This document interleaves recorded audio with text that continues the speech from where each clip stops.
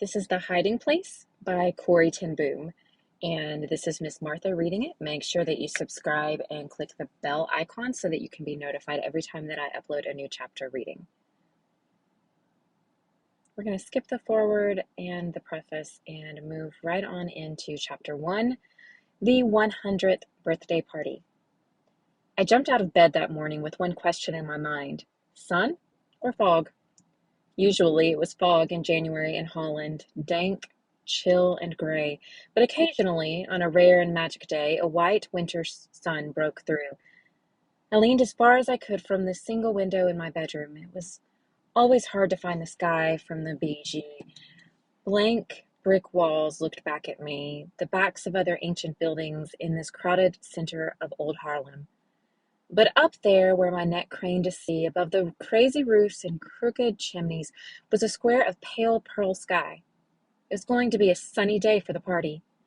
I attempted a little waltz as I took my new dress from the tipsy old wardrobe against the wall. Father's bedroom was directly under mine, but at 77 he slept soundly. That was one advantage to growing old, I thought, as I worked my arms into the sleeves and surveyed the effect in the mirror on the wardrobe drawer. Although some Dutch women in 1937 were wearing their skirts knee-length, mine was still a cautious 3 inches above my shoes. "You're not growing younger yourself," I reminded my reflection. Maybe it was the new dress that made me look more critically at myself than usual. 45 years old, unmarried, waistline long since vanished. My sister Betsy, though 7 years older than I, still had that slender grace that made people turn and look after her in the street. Heaven knows it wasn't her clothes. Our little watch shop had never made much money. But when Betsy put on a dress, something wonderful happened to it. On me, until Betsy caught up with them, hems sagged, stockings tore, and collars twisted. But today, I thought, standing back from the mirror as far as I could in the small room, the effect of the dark maroon was very smart. Far below me, down on the street, the doorbell rang. Callers? Before 7 in the morning?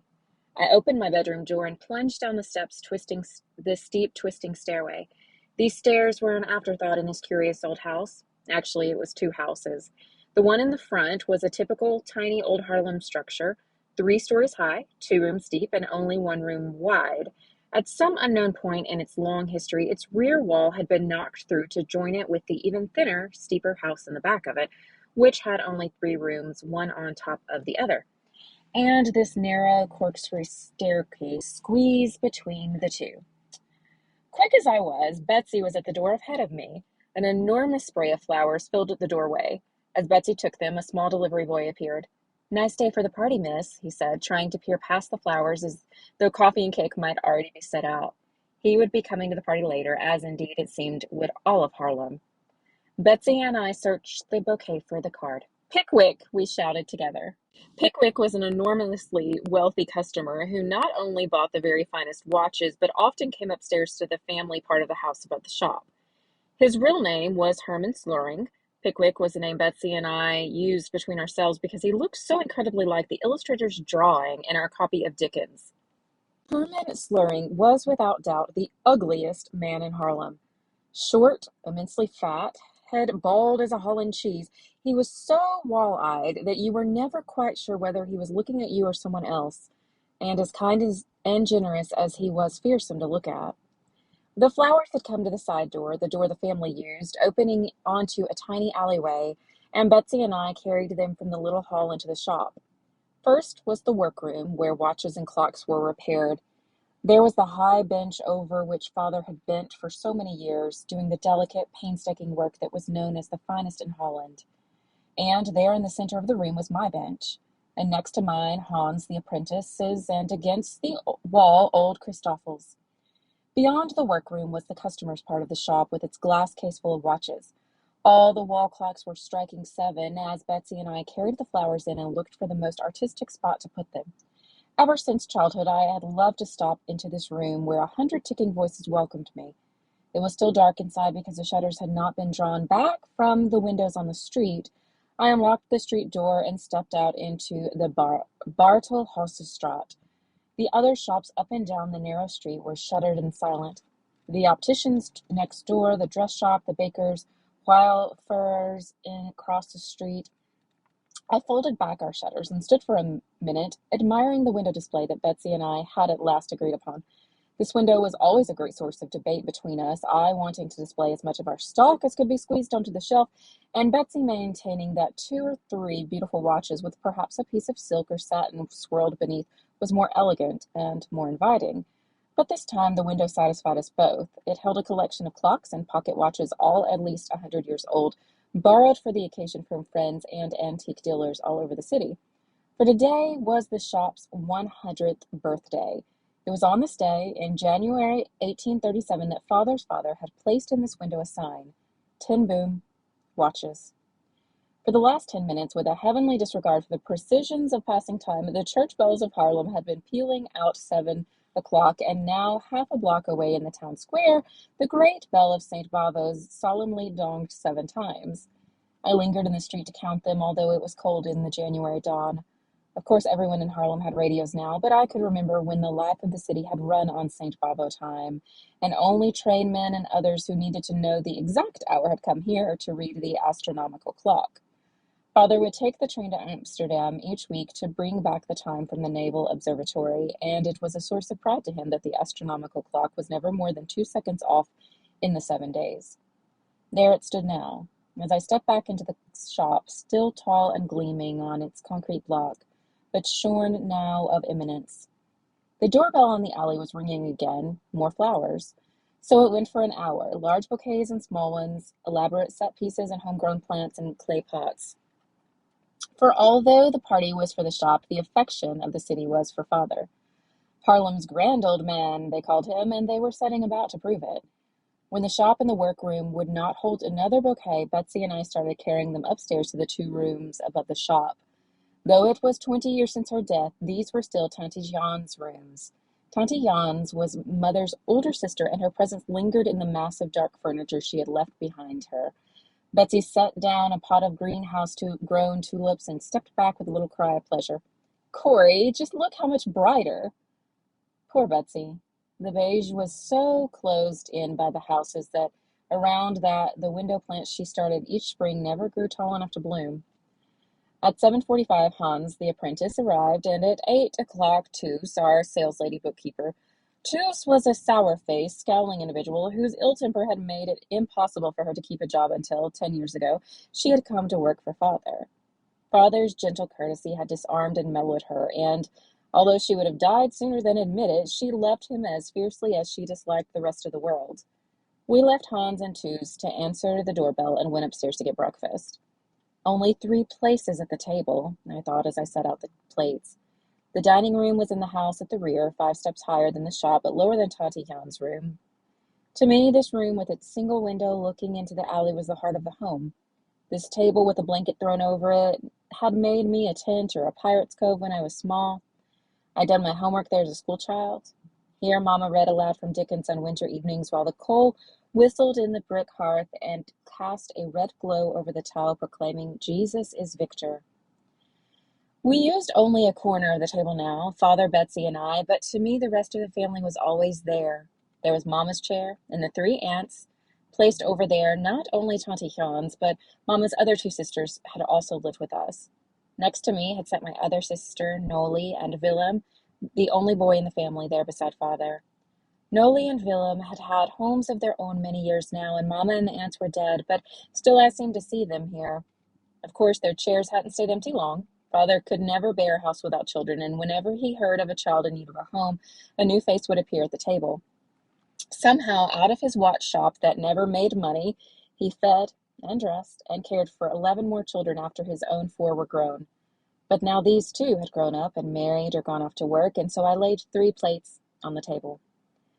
Betsy brought the coffee in from the tiny kitchen, which was little more than a closet off the dining room, and took bread from the drawer in the sideboard. She was setting them on the table when we heard Father's step coming down the staircase. He went a little slowly now on the winding stairs, but still as punctual as one of his own watches. He entered the dining room as he had every morning since I could remember, at 8:10.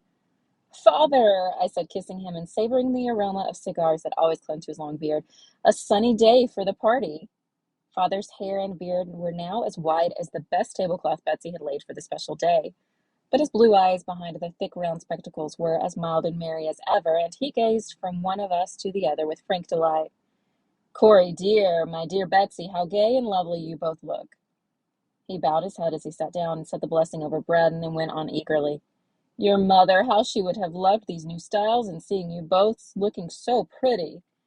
Betsy and I looked hard into our coffee to keep from laughing. These new styles were the despair of our young nieces, who were always trying to get us into brighter colors, shorter skirts, and lower necklines.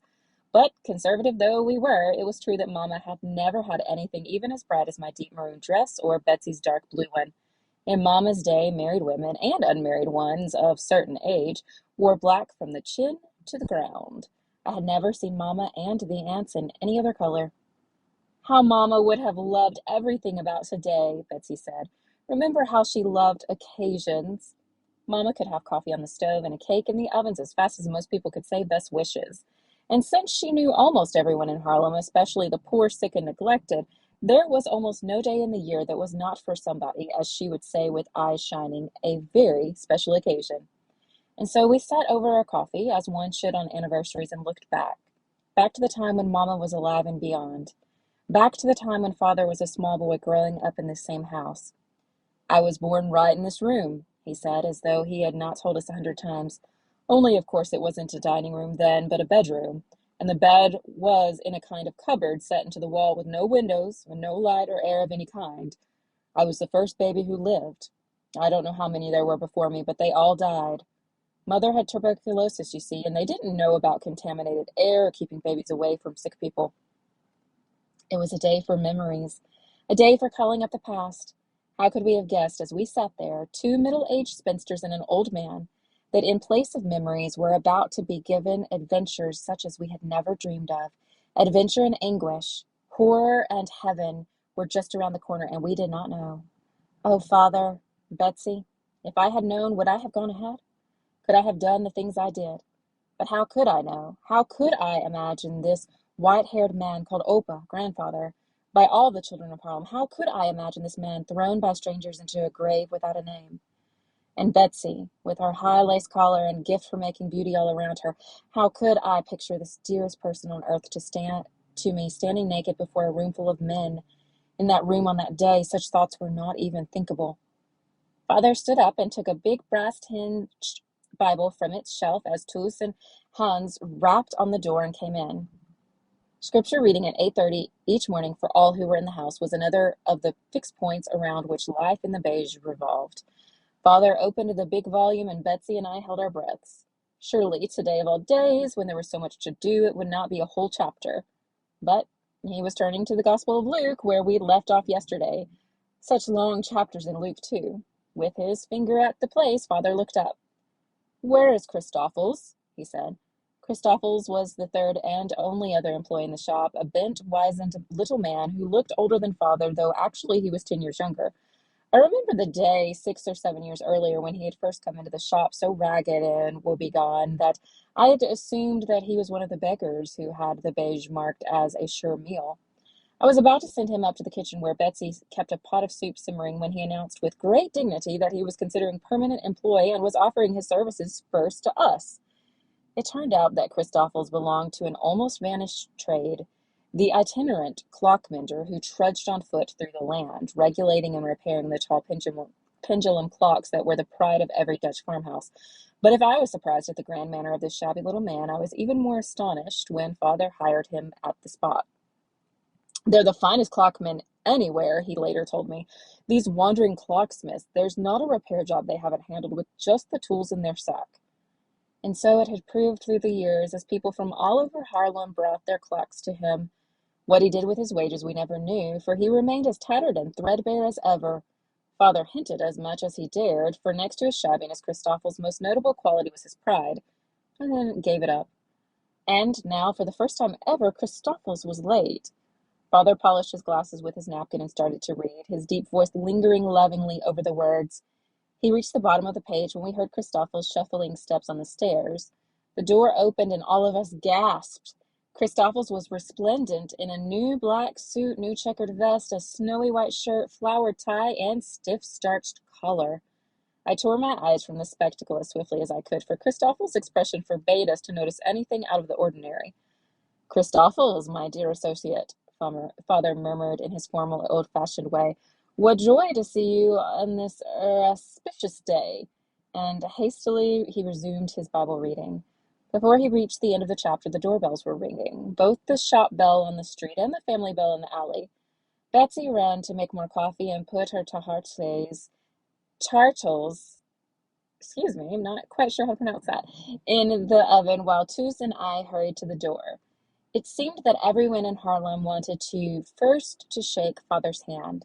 Before long, a steady stream of guests was winding up the narrow staircase to Tante Jan's room, where he sat almost lost in a thicket of flowers. I was helping one of the older guests up the steep stairs when Betsy seized my arm. Corrie, we're going to need Noli's cups right away. How can we? I'll go get them. Our sister Noli and her husband were coming that afternoon as soon as their 6 children got home from school. I dashed down the stairs, took my coat and my bicycle from inside the alley door, and was wheeling it over the threshold when Betsy's voice reached me, soft but firm. Corrie, your new dress. And so I whirled back up the stairs to my room, changed into my oldest skirt, and set out over the bumpy brick streets. I always loved to bike to Noli's house. She and her husband lived about a mile and a half from the beach, outside the cramped old center of the city. The streets there were broader and straighter, even the sky seemed bigger. Across the town square I pedaled, over the canal, on the Groot Hout Bridge, along the Wagenweg, reveling in the thin winter sunshine. Noli lived on Boss and Hovenstraat, a block of identical attached houses with white curtains and potted plants in the windows. How could I foresee, as I zipped around the corner, that one summer day, when the hyacinths in the commercial bulb flats nearby were ripe and brown, I would break my bicycle here and stand with my heart thudding in my throat, daring to go no closer for fear of what was taking place behind Noli's starched curtains. Today I careened onto the sidewalk and burst through the door with never a knock. Noli, the beige already jammed already. You ought to see. We need the cups right now. Noli came out of the kitchen, her round, pretty face flushed with baking.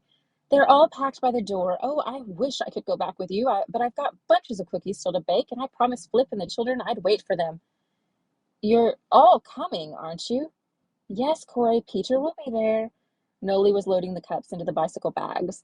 As a dutiful aunt, I tried to love all my nieces and nephews equally, but Peter, well, was Peter. At 13, he was a musical prodigy and a rascal and the pride of my life. He's even written a special song in honor of the day, Noli said. Here now, you'll have to carry this bagful in your hand, so be careful. The beige was more crowded than ever when I got back, the alley so jammed with bicycles I had to leave mine in the corner. The mayor of Harlem was there in his tailcoat and gold watch chain, and the postman and the trolley motorman, and half a dozen policemen from the Harlem police headquarters just around the corner. After lunch, the children started coming, and as children always did, they went straight to Father. The older ones sat on the floor around him. The smallest ones climbed into his lap. For in addition to his twinkling eyes and long cigar-sweet beard, Father ticked. Watches lying on a shelf run differently from watches carried about, and so Father always wore the ones he was regulating.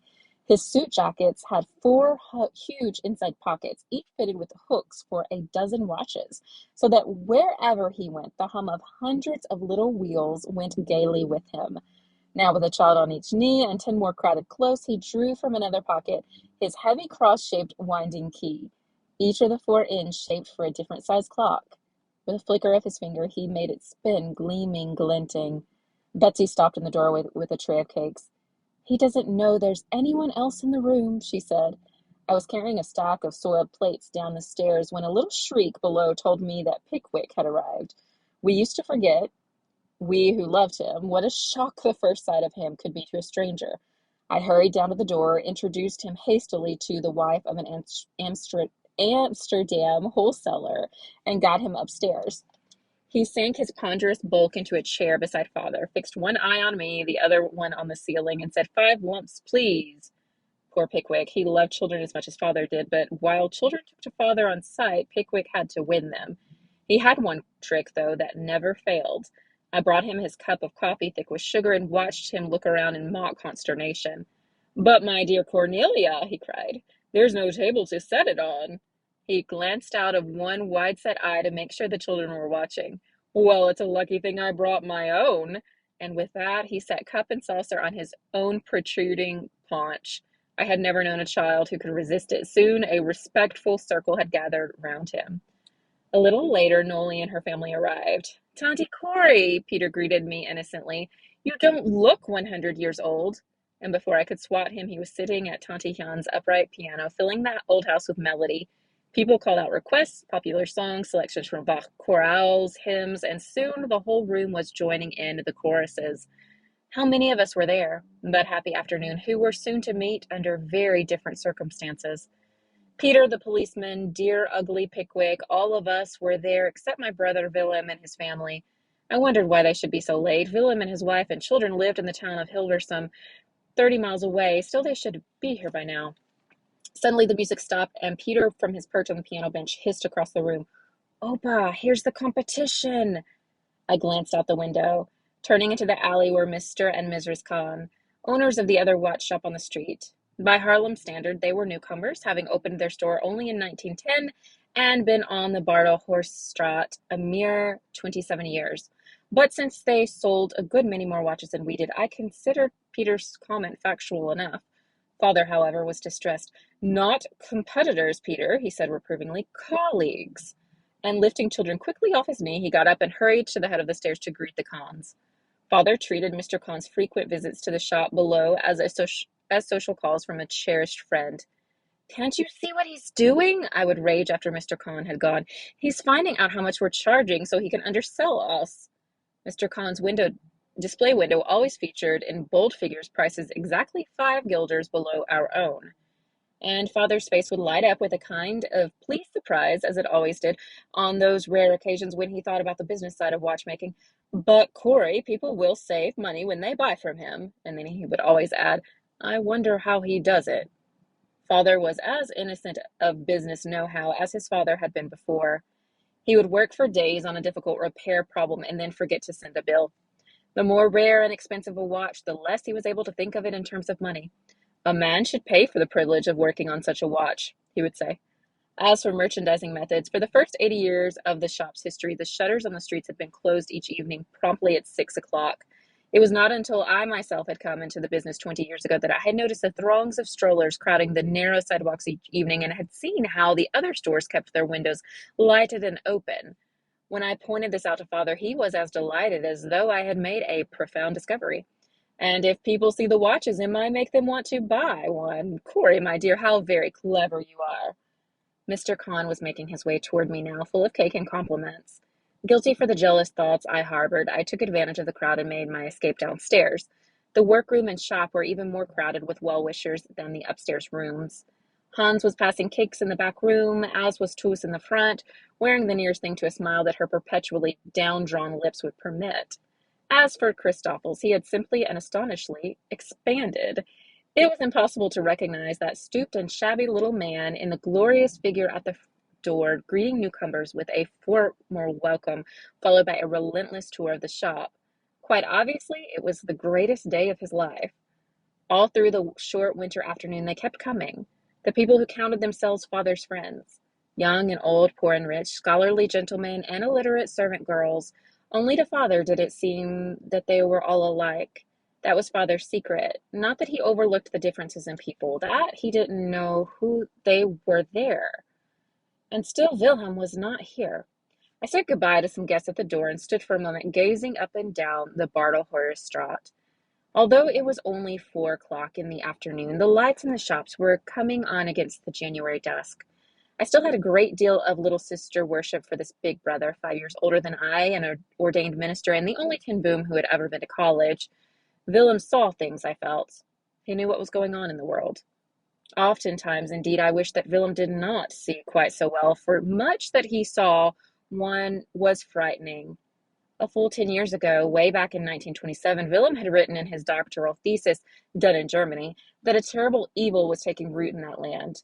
Right at the university, he said, seeds were being planted of contempt for human life, such as the world had never seen. The few who had read his paper had laughed. Now, of course, while people weren't laughing about Germany, most of the good clocks come from there, and recently several firms with whom we had dealt for years were simply and mysteriously out of business. Vilhelm believed it was part of a deliberate and large-scale move against Jews. Every one of the closed businesses was Jewish. As head of the Dutch Reformed Church's program to reach Jews, Vilhelm kept in touch with these things. Dear Wilhelm, I thought as I stepped back inside and closed the door. He was about as good as salesman of the church as father was of watches. If he'd converted a single Jew in 20 years, I hadn't heard about it. Wilhelm didn't try to change people, just to serve them. He had scrimped and saved enough money to build a home for elderly Jews in Hilversum. For the elderly of all faiths, in fact, for Wilhelm was against any system of segregation. But in the last few months, the home had been deluged with younger arrivals, all Jews and all from Germany. Villiam and his family had given up their own living quarters and were sleeping in a corridor, and still the frightened homeless people kept coming, and with them tales of the mounting madness. I went up to the kitchen where Noli had just brewed a fresh pot of coffee, picked it up, and continued with it upstairs to Dante Jan's rooms. What does he want? I asked a group of men gathered around the cake table as I set down the pot. This man in Germany, does he want war? I knew it was poor talk for a party, but somehow thoughts of Vilhelm always set my mind on hard subjects. A chill of silence fell over the table and spread swiftly around the room. What does it matter? A voice broke into. Let the big countries fight it out. It won't affect us. That's right, from a watch salesman. The Germans let us alone in the Great War. It's to their advantage to keep us neutral. Easy for you to talk, cried a man from whom we bought clock parts. Your stock comes from Switzerland. What about us? What do I do if Germany goes to war? A war could put me out of business. And at that moment, Willem entered the room. Behind him came Tinny, his wife, and their 4 children. But every eye in the room had settled on the figure whose arm Willem held in his. It was a Jew, in his early 30s, in the typical broad-brimmed black hat and long black coat. What glued every eye to this man was his face. It had been burned. In front of his right ear dangled a gray and frazzled ringlet, like the hair of a very old man. The rest of his beard was gone, leaving only a raw and gaping wound. This is Herr Gutelbeer, Willem announced in German. He just arrived in Hilversum this morning. Herr Gutelbeer, my father. He got out of Germany on a milk truck, Wilhelm told us rapidly in Dutch. They stopped him on a street corner. Teenage boys in Munich set fire to his beard. Father had risen from his chair and was eagerly shaking the newcomer's hand. I brought him a cup of coffee and a plate of Noli's cookies. How grateful I was now for father's insistence that his children speak German and English almost as soon as Dutch. Herr Gutelbeer sat down stiffly on the edge of a chair and fixed his eyes on the cup in his lap. I pulled up a chair beside him and talked some nonsense about the unusual January weather. And around us, conversation began again, a hum of party talk rising and falling. Hoodlums, I heard the watch salesman say. Young hooligans. It's the same in every country. The police catch up with them. You'll see. Germany's a civilized country. And so the shadow fell across us that winter afternoon in 1937, but it rested lightly. Nobody dreamed that this tiny cloud would grow until it blocked out the sky. And nobody dreamed that in this darkness each of us would be called to play a role. Father and Betsy and Mr. Kahn and Willem, even the funny old beige with its unmatching floor levels and ancient angles. In the evening, after the last guest had gone, I climbed up the stairs to my room, thinking only of the past. On my bed lay the new maroon dress. I had forgotten to put it back. I never did care about clothes, I thought, even when I was young. Childhood scenes rushed back to me out of the night, strangely close and urgent. Today I know that such memories are the key not to the past, but to the future. I know that the experiences of our lives, when we let God use them, become the mysterious and perfect preparation for the work He will give us to do. I didn't know that then, nor indeed that there was any new future to prepare for in life as humdrum and predictable as mine. I only knew, as I lay in bed at the top of the house, that certain moments from long ago stood out in focus against the blur of years. Oddly sharp, and near they were, as though they were not yet finished, as though they had something more to say.